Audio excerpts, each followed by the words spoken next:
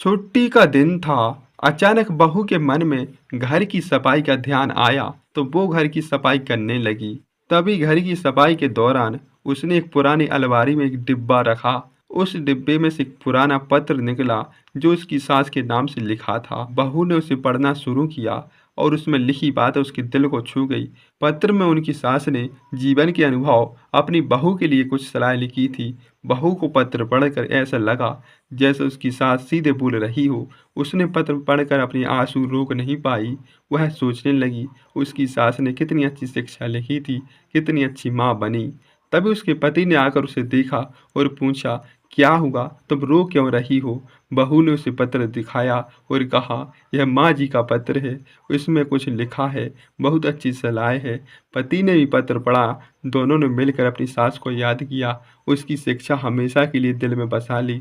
उस दिन के बाद बहू ने अपने घर की सफाई में और जोश के साथ काम किया और अपनी सास की याद में पत्र को हमेशा के लिए पास रख लिया।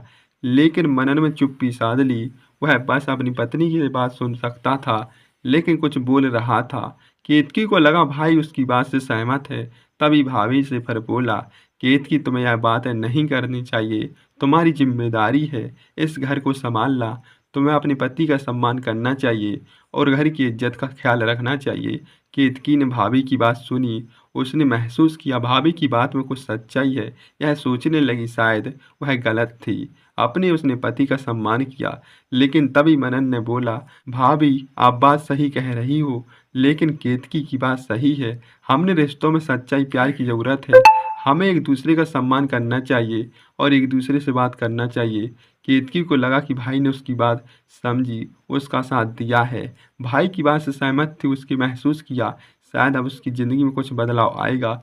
कुछ दिनों के बाद केतकी के पति ने उसे एक सरप्राइज दिया। उसे एक खूबसूरत स्थान पर ले गया, उसे एक खूब गुलदस्ता दिया। तो बताइए दोस्तों, कहानी कैसी लगी? लाइक से सब्सक्राइब कीजिएगा। Thank you.